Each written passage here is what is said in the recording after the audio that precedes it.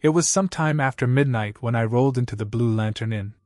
My GPS had gone glitchy somewhere outside Elk Valley, and I'd been driving for nearly 10 hours on a stretch of road so dark and empty it felt like the rest of the world had vanished. I wasn't supposed to stop. My brother's wedding was the next morning, and I was less than 4 hours out. But my eyes were starting to close on their own, and I knew if I pushed any further, I'd either crash the car or drift off at the wheel. The motel sat off a quiet shoulder of the highway, one of those long, single-floor buildings with the office at one end and a row of identical doors stretching into shadow. One flickering, vacancy, sign buzzed over the entrance. No other cars in the lot, save for a beat-up pickup and an old Corolla. It looked still. That dead kind of quiet you feel in your chest more than your ears. I didn't care. All I needed was a shower and 6 hours of unconsciousness. The lobby was worse. Dim overhead lights hummed like they were fighting off death.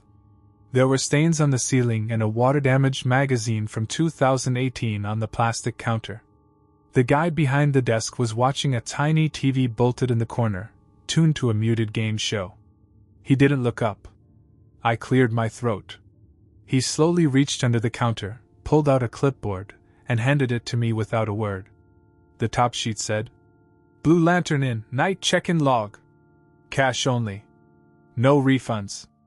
I signed with a fake name and slid 2 20s his way. Still not looking at me, he slid over a key.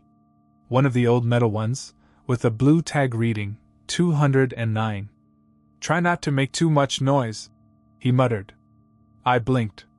"There's no one else here." He shrugged. "Doesn't mean noise doesn't travel." Room 209 was halfway down the building. No exterior lights. The hallway between rooms smelled like mildew and bleach. The second I unlocked the door and stepped in, something hit me. A smell. It wasn't rot.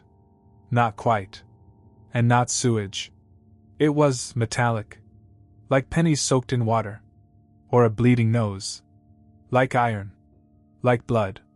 I froze. The room itself looked fine. Beige carpet. Wood desk. Bed with one of those weird motel blankets that feels like melted plastic. But that smell was thick, sticking to the air like humidity. Heavy, hot, wrong. I opened the window, even though it was freezing out. Turned on the fan. Nothing helped. I went into the bathroom, thinking maybe something was backed up. Ran the faucet. Opened the tiny closet. Nothing. But the smell stayed. I called the front desk. "Yeah?" came the same tired voice. "There's a smell in the room. Like metal. Blood. You got anything else open?" A pause. "What room?" 209. Another pause. Longer. "No. That's it." Click. He hung up. I thought about leaving. Really. My gut said go. But my body? Exhausted. My back ached. My knees creaked. I hadn't eaten since noon and my hands were trembling from the caffeine overload I dumped into them trying to stay awake. I figured maybe it was in the pipes. Or the heat. Old places always smell weird. I told myself it wasn't blood. Not really. I took a quick shower, let the steam fog the mirror until I couldn't see myself. The water came out pink for a second. I told myself it was rust. That's when I heard the thump. Just once. Muffled. From the other side of the wall, next to the closet. I froze. The heater clicked on a moment later, covering the noise, but I knew what I'd heard. That was no heater. It was deliberate. And close. I walked into the main room, half-dressed, and stared at the closet. It was shut. I hadn't touched it since arriving. The smell was stronger now. Like it had gotten stirred. I reached for the doorknob. Cold. I hesitated, then opened it. Empty. But then, I noticed something. A seam in the back wall. Almost invisible. A cutout. Like a panel could slide open if you knew how to work it. I ran my fingers along it. Smooth. But the bottom edge had scratches. And someone, Was breathing behind it. I got to the Desert View Lodge right before the storm hit. The sky had been bruising for miles, turning darker with every stretch of empty Nevada road. I was supposed to make it to Carson City before nightfall, but road construction and a late start screwed that up. I figured a quick motel stop was smarter than trying to white-knuckle my way through the rain-slicked mountains at midnight. Besides, the Desert View didn't look that bad from the highway. Neon signs still half-lit. A few cars in the lot. No weird vibes, at least, not yet. I pulled in, cut the engine, and let myself sit for a second. My back was screaming. My legs were numb. It was the third night of a solo road trip I'd been telling myself would be relaxing. Spoiler, it wasn't. But I wasn't afraid. Not then. Not until I walked into the lobby and the man behind the counter said my name. Before I handed him my ID. Before I even opened my mouth. "Welcome, Mr. Dorsey," he said, without looking up from his monitor. "Room 12 is ready for you." I froze. "Sorry." "What?" He smiled, slow and thin. "Room 12. Right around the corner." I blinked, confused. "How do you know my name?" He tapped a few keys, eyes still on the screen. "You reserved online?" "No," I said. "I didn't." His smile didn't waver. "Well, someone did. You're Nathan Dorsey, right? From Arizona?" My mouth went dry. "Yeah. But I didn't book anything yet." He finally looked at me then. Eyes dark. Cold.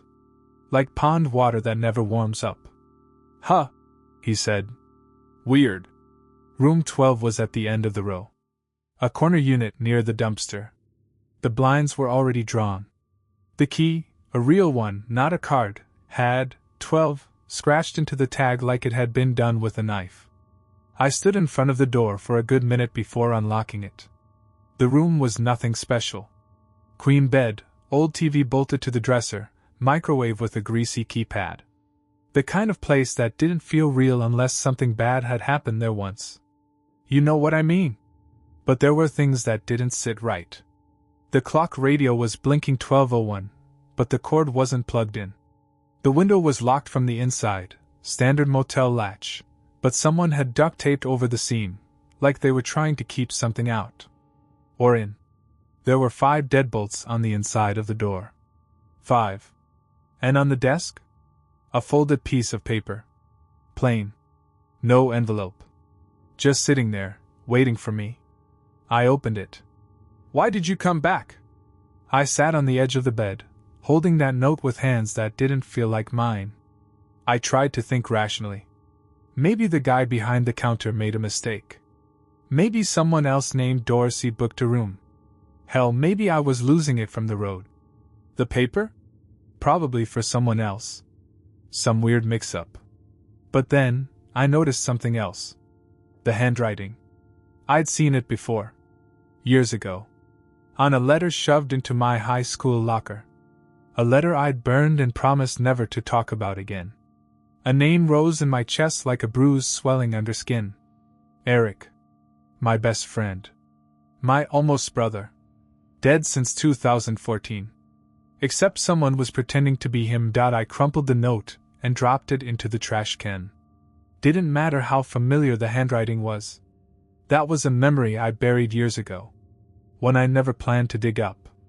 I laid down on the bed, fully clothed, one sneaker still on, and just stared at the ceiling tiles, trying not to picture Eric's face. Somewhere outside, the wind picked up. A soft metallic clink followed, like something brushing against the door. Then 3 knocks. Even. Measured. My spine stiffened. I didn't move. They came again. Knock. Knock. Knock. I got up slowly, quiet as I could, and crept toward the door. The peephole was scratched, distorted. I couldn't see anything clearly. Just a blur. A shape. But whoever was out there wasn't moving. They were just standing there. I didn't open the door. I turned on the bathroom light and sat on the toilet lid, heart pounding, waiting to hear retreating footsteps. Something. Anything. But I heard nothing. No knock. No walk away. No sound at all. Until, slide. Something being slipped under the door. I waited, counting to 10. Then 20. Finally, I stepped forward and picked it up. Another note. You left me. I didn't sleep. Not a minute. Every time I shut my eyes, I imagined someone slipping into the room. Standing over me. Peeling the blanket back just enough to see if I was still breathing. By dawn, I was wired with exhaustion. My chest felt hollow. The motel room stank like mold and cold air. I stormed to the front office with both notes clutched in my fist. But the lobby was empty. No clerk. No buzzing TV. No sound. Just a counter and a sign that said, "Closed for cleaning, back at 10 a.m. I banged on the desk. Shouted. Waited. Nothing. Eventually, I left the notes on the counter and walked outside, hoping maybe I'd find the guy having a smoke or something. Instead, I found the Corolla. Same one from the night before. Same exact spot. Except now, the back door was open. Just hanging there. I glanced around. Lot was empty. Not a soul in sight. I approached slowly, unsure why my hands were already starting to sweat. Inside the car was a smell I hadn't expected. Cigarettes. Sweat. And something else. Metallic. On the floor behind the passenger seat was a black duffel bag. Unzipped. Inside. A stack of printed photos. Me, at a gas station 2 days ago. Me in my car, mouth open mid-yawn. Me asleep in a rest area. And beneath the photos, my high school yearbook. Open to Eric's photo. And a knife. I called the cops. Told them everything. Sort of. Left Eric's name out of it. Just said some psycho was stalking me. Slipped notes under my door.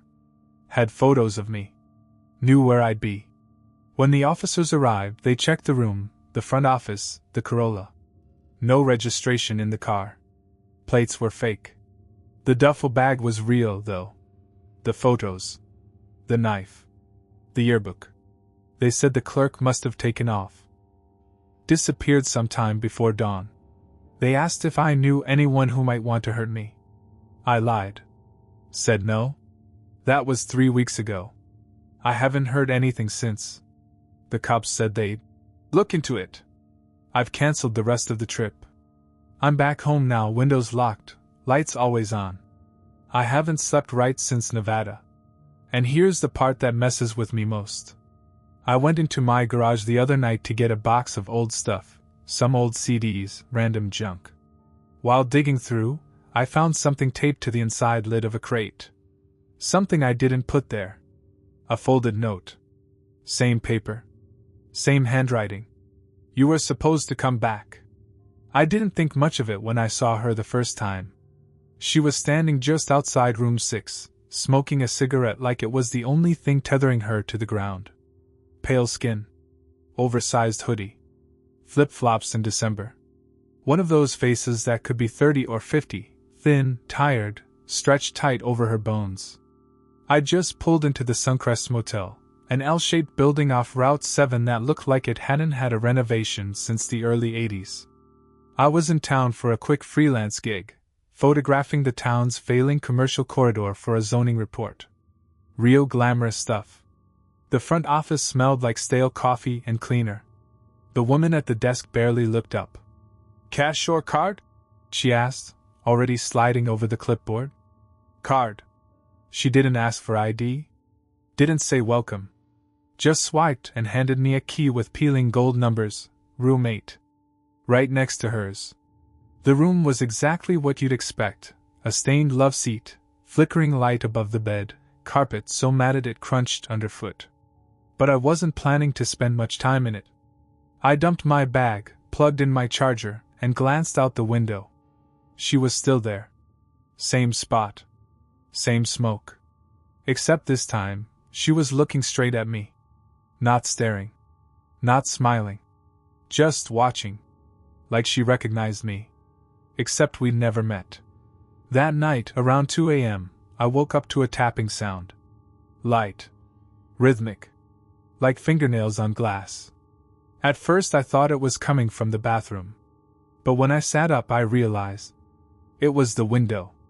The curtain was drawn, but I could see the faintest shadow behind it. A shape. Someone was standing outside. I slid off the bed, moved quietly to the window, and held my breath. The shadow didn't move. Didn't flinch. I yanked the curtain open. Nothing. Just night. And the glow of the suncrest, sign humming above the parking lot. I went to the door, opened it slowly, and peeked outside. The lot was empty. But room 6? The light was on. And her door was wide open. I stood there for a long time, barefoot in the cold doorway, staring at that open motel room. Room 6. Light on. Door hanging wide like a wound. But no movement inside. I glanced around. Empty parking lot, highway humming faintly in the distance. No footsteps. No voices. No sign of anyone else being awake at all. I don't know what made me do it, but I stepped out.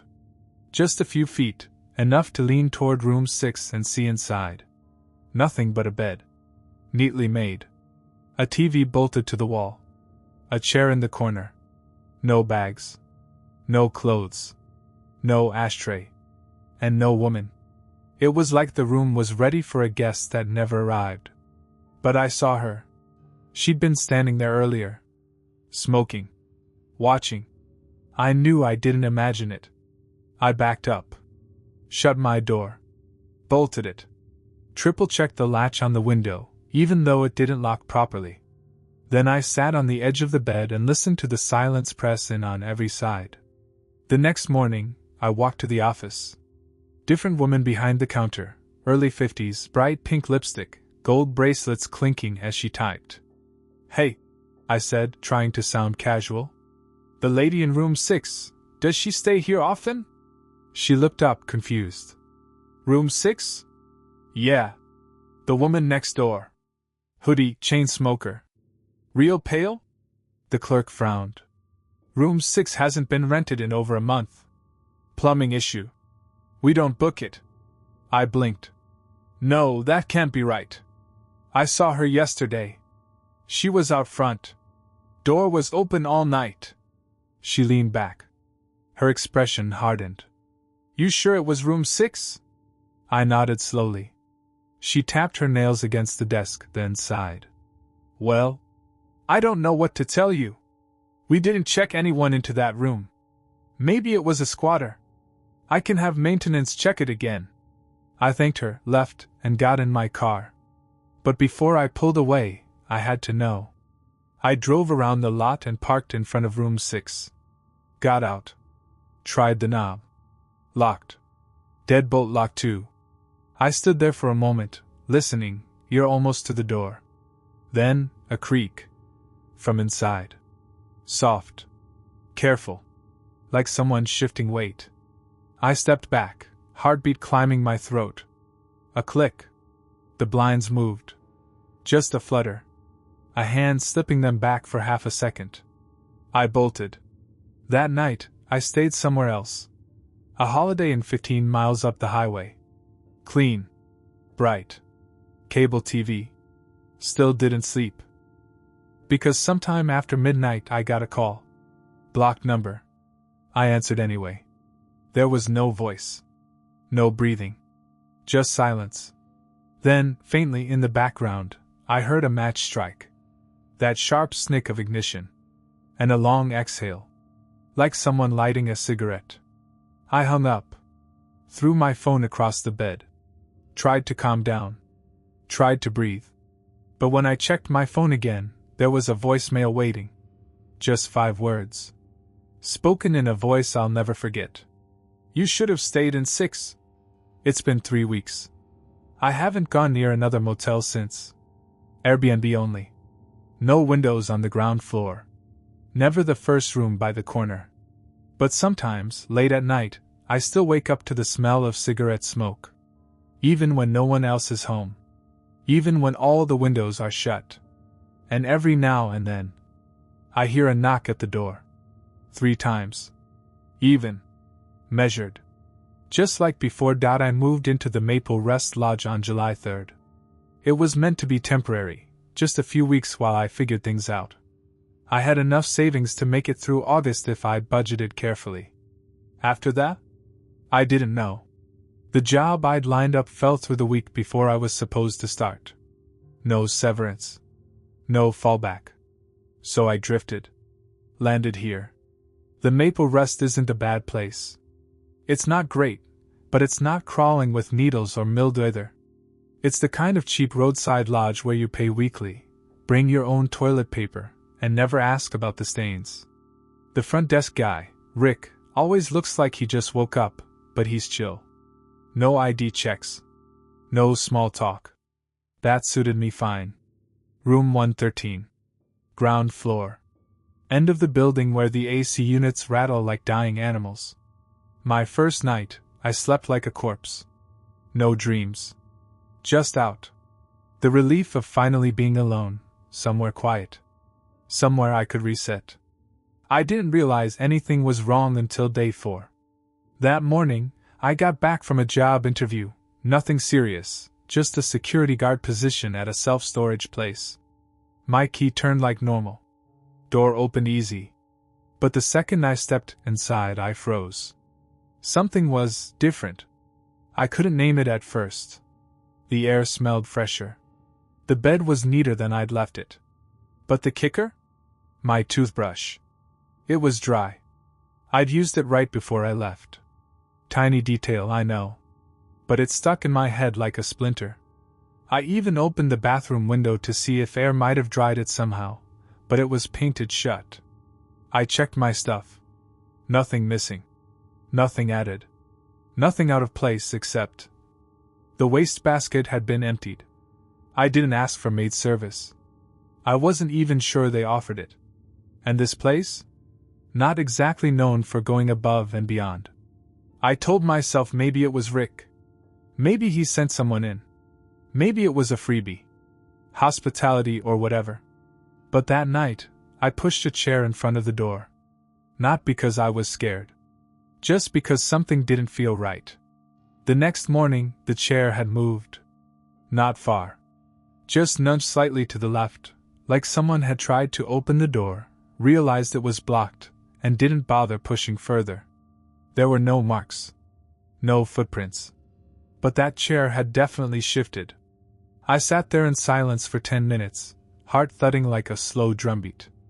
I told myself maybe I bumped it getting up to pee in the night. Maybe the floor was uneven. But deep down, I didn't buy it. That's when I noticed the thread. Blue. Thin. Maybe an inch long. It was sitting on the carpet just in front of the door. Not mine. My clothes are all blacks and grays, nothing close to that shade. I picked it up and held it in the sunlight coming through the blinds. It looked synthetic. Like polyester. Probably from a shirt. Someone else's shirt. That's when I started keeping inventory. Not just valuables, everything. Toothbrush, dry or wet? Trash, full or empty? Curtains, open or closed? Closet door, cracked or shut tight? I took photos. Made voice memos. Became my own forensic unit. And every night I blocked the door. Sometimes with a chair.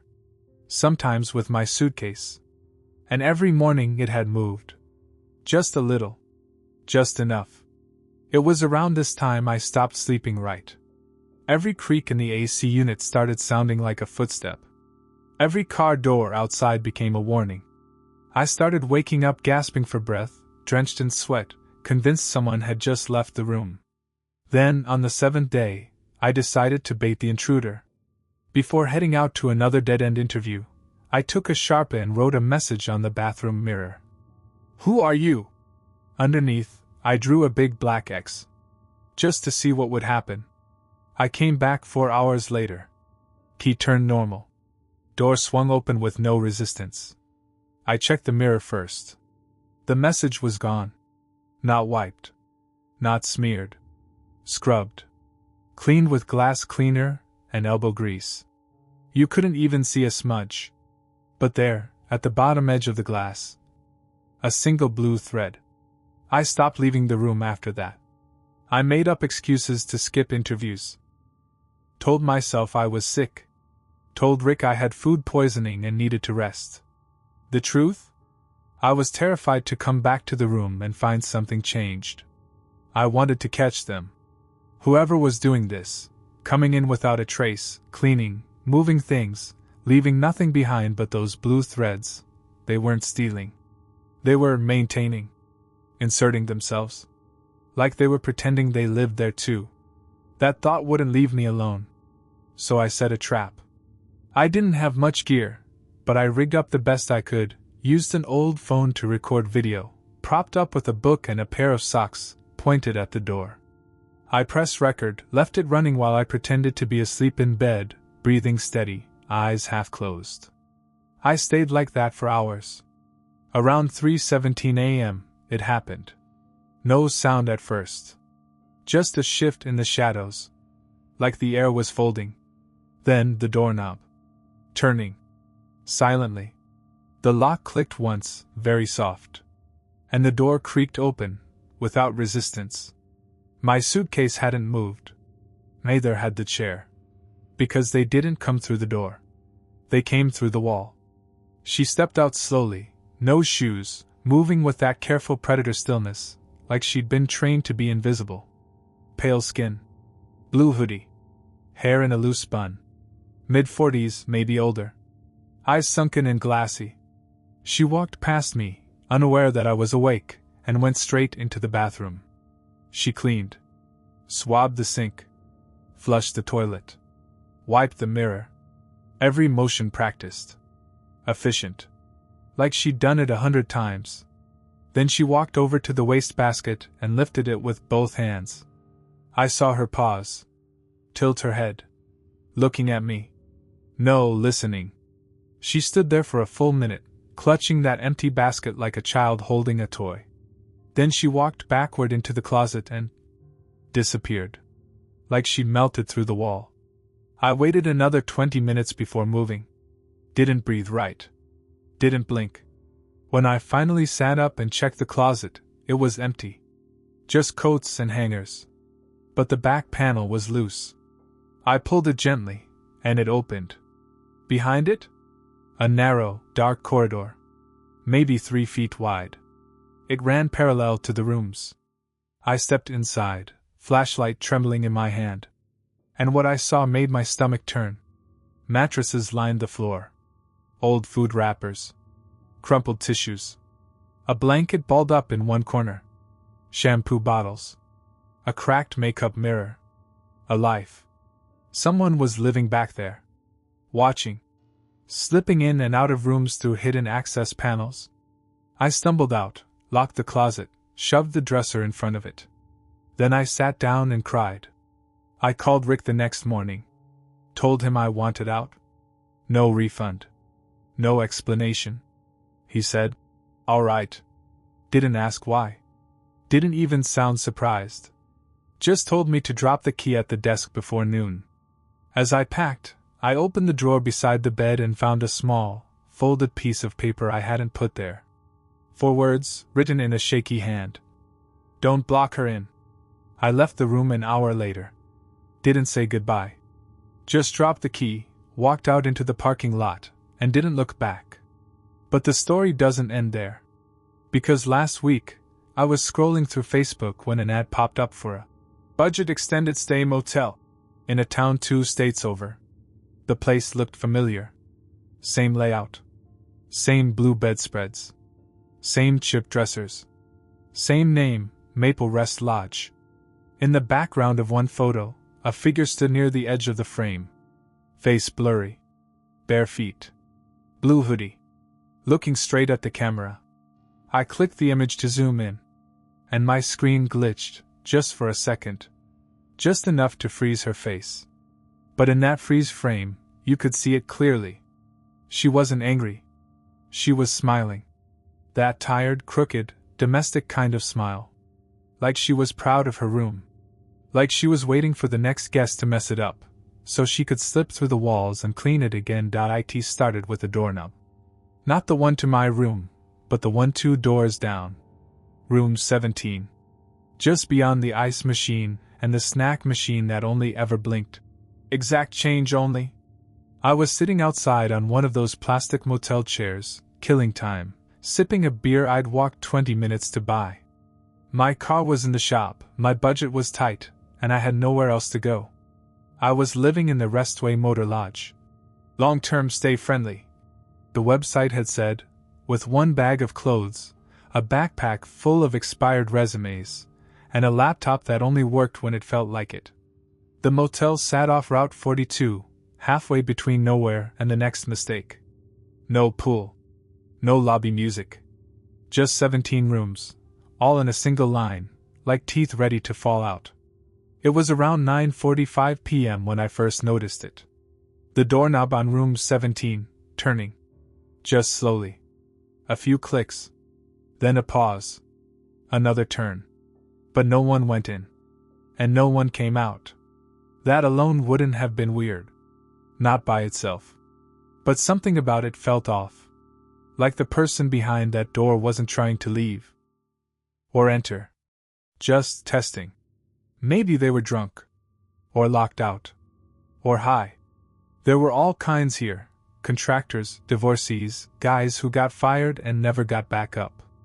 Nobody asked questions. Nobody made eye contact longer than necessary. But then it happened again. At 11:07 p.m. I was still out there. Still drinking. Still scrolling job sites I'd already given up on. And the knob moved again. 2 clicks. Pause. 3 more. No creak. No slam. No voice. Just the knob. Like someone was spinning it from the inside. Slowly.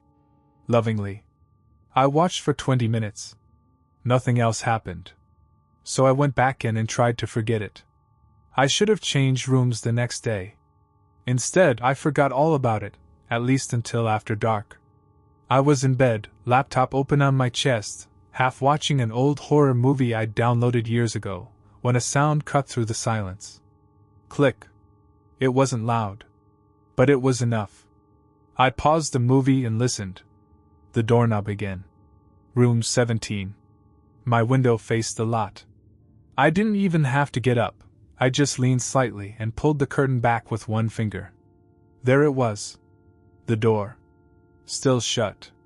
Still untouched. But the knob was turning. I could see it this time. Moving slowly, almost like it was being tested from the outside now, not within. Then it stopped. Dead still. I stared at it for what felt like forever. Waited for the door to open. For someone to emerge. For anything. Nothing. Just stillness. And then, the light in the room flipped on. Just for a second. A flash. And out of the corner of the window, my window, I saw a shadow move across the curtain. Not in room 17. In mine. I turned fast. Nobody. Bathroom? Empty. Closet? Clear. Under the bed? Just my bag. I checked the door. Chain still in place. Deadbolt locked. Window latched. And yet, something had passed across the curtain. A shape. A person. It wasn't a trick of the light. I'd seen it. And I should have left that night. Should have demanded a new room. Gone to a 24-hour diner. Slept in the damn laundry room if I had to. But I didn't. Because that's what happens when your money's low and your options are worse. You rationalize. You swallow fear. You tell yourself the motel's old, the lights are bad, your mind's playing games. And that's exactly what I did. I brushed my teeth, turned the TV volume up, and told myself everything was fine. At 3:12 a.m., I woke up to the sound of my own voice screaming. I don't remember the dream, just the sweat, the choking panic, the certainty that someone was inches from my face. I reached for the lamp. Turned it on. Room empty. Silent. Until, knock, knock, knock. I nearly threw the lamp. The sound came from the wall. Not the door. Not the window. Not upstairs. There were no upstairs units. The wall. Knuckles against drywall, 3 slow taps. I backed up into the corner, heart a cannon in my chest. More knocking.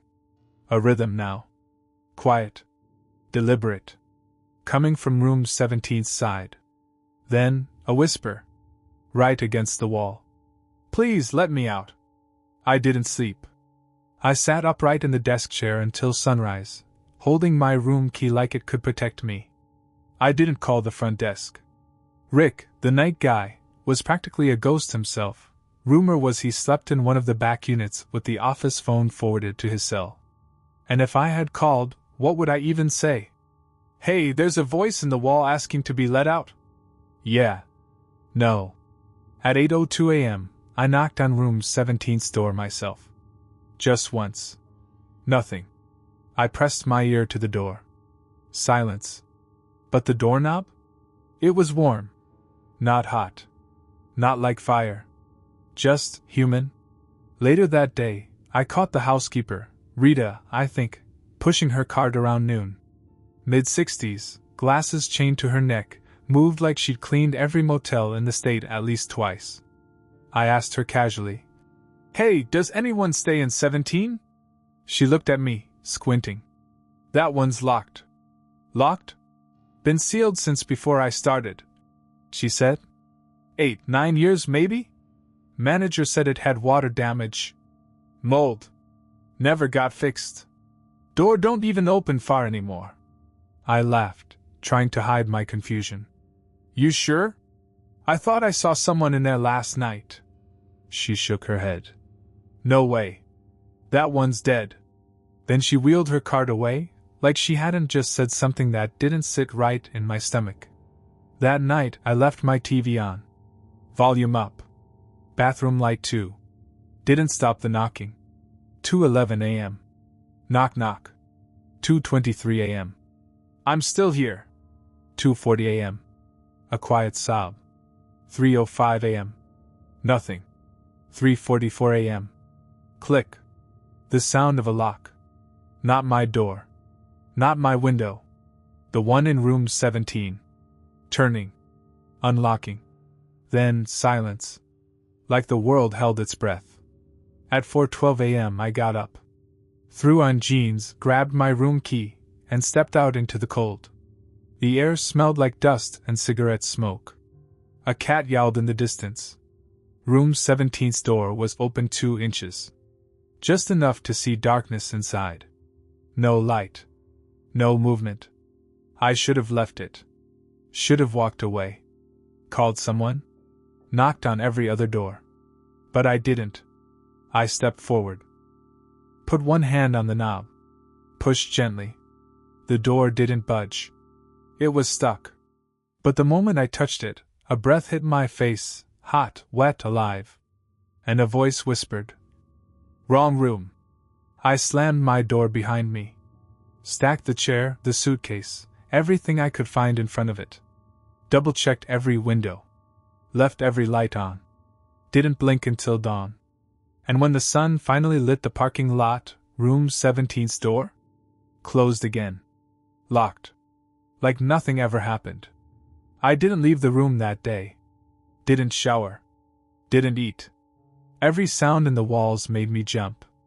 Every passing voice outside made my fingers twitch toward the light switch. I kept replaying what I'd heard. Wrong room. The breath that came with it, hot and deliberate, wasn't wind or pipes. It was a person. Inches away.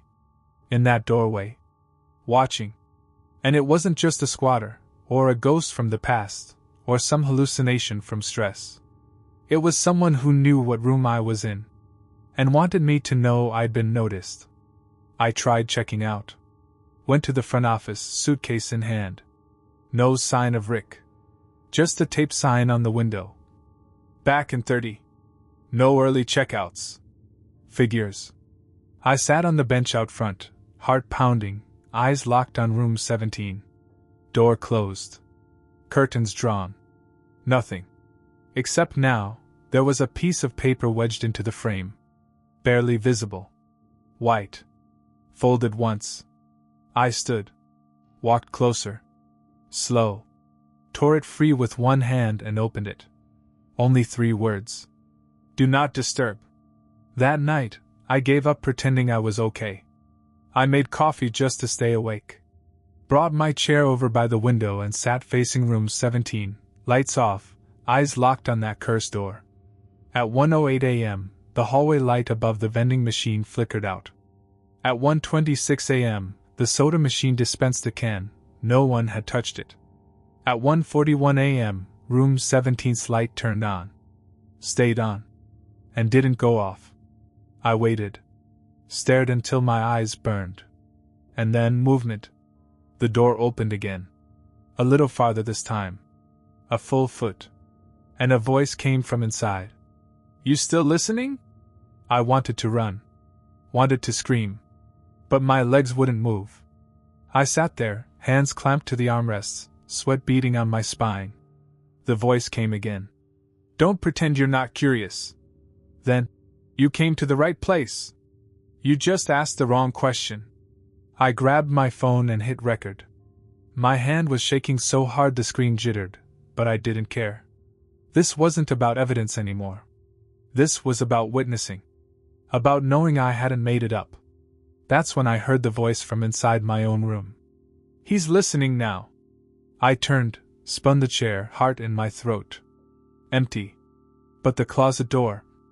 It was open a crack. I knew I hadn't opened it. Not since I checked in. I stood slowly.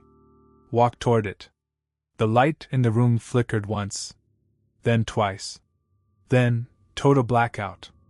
My phone light came on automatically.